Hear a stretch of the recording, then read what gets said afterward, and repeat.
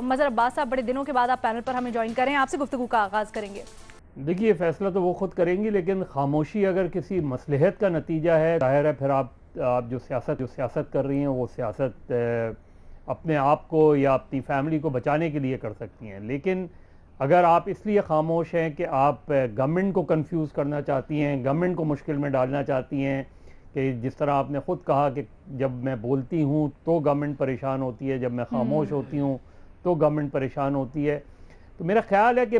खामोशी तो बहरहाल सियासत में जो है वो क़तई तौर पे खला पैदा करती है। अगर आप लंबे अरसे से खामोश हो जाएं, मियाँ साहब लंबे अरसे के लिए बाहर चले जाएं,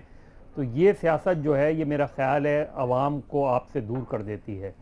और आपको आवाम से दूर कर देती है। सियासत जनरली मैं बात कह रहा हूँ।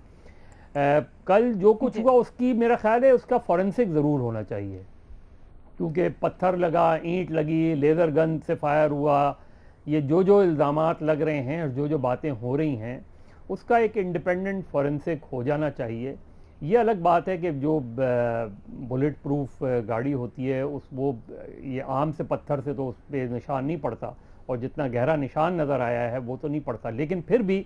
फॉरेंसिक होगा तो आपको पता चल जाएगा उस चीज़ का कि एग्जैक्टली क्या चीज़ लगी है। ये तो आप नहीं कह सकते एक मजमे में जब ईंटें या पत्थर बरसाए जा रहे हो तो किसकी ईंट या किसका पत्थर आके लगा है। लेकिन जिस तरह राना सनाउल्लाह साहब कल बात कह रहे थे,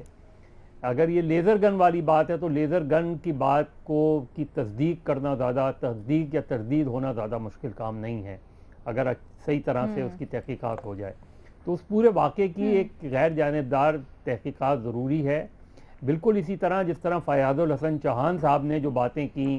कि 10 लाख रुपए तकसीम किए गए, 8 रोज़ से तैयारी हो रही थी, इसकी भी ज़रा तहकीकात हो जाए कि चौहान साहब को कैसे पता चला, और उसके बाद पंजाब गवर्नमेंट ने उसके हवाले से इक़दामात क्या किए, अगर ये 8-9 रोज़ से पहले से उनको पता था ये सारी चीज़ें। लेकिन मरियम नवाज साहिबा को और मियाँ साहब को, क्योंकि उनका एक जो बैगेज रहा है वो यही रहा है कि वो 2000 में भी अचानक पूरी फैमिली पाकिस्तान से चली गई 10 साल के लिए। यहाँ जावेद हाशमी और दीगर जो कारकुन हैं उनके सपोर्ट पूरी पार्टी को कर दिया गया, उसकी वजह से PMLQ भी क्रिएट हुई। तो अगर उस तरह की पॉलिटिक्स करनी है तो फिर जाहिर है उसके नुकसानात अपने होते हैं। लेकिन अगर आप किसी वजह से खामोश थी, आप इस वजह से खामोश थी कि आपके बोलने से आपको खदशा ये था कि मियाँ साहब को उधर जो है वो मुश्किलात में डाल सकते हैं, ये सारी चीज़ें देखिए पॉलिटिक्स में होता है। मुझे तो इसका भी नहीं समझ में आया कि एक पत्थर या जो भी चीज़ शीशे से, देखिए मैं आपको सिर्फ आखिर में एक छोटा सा वाक़या सुना दूँ। बेनज़ीर भुट्टो साहिबा, जब मुर्तज़ा भुट्टो की गाड़ी पर फायरिंग हुई थी तो बेनज़ीर भुट्टो साहिबा ने उसके बाद एक मरतबा मैंने उनसे पूछा था कि उसकी तहकीकात में क्या हुआ था, तो उन्होंने कहा मुझे इंटेलिजेंस एजेंसीज ने कुछ तस्वीर दिखाई थी जिसमें यह बताया गया था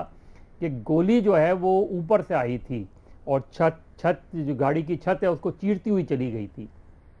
जब मैंने शोएब सलील साहब जो उस वक्त आए पुलिस सरबराह थे उनको बुला के पूछा तो उन्होंने मुझसे कहा कि आप मेरे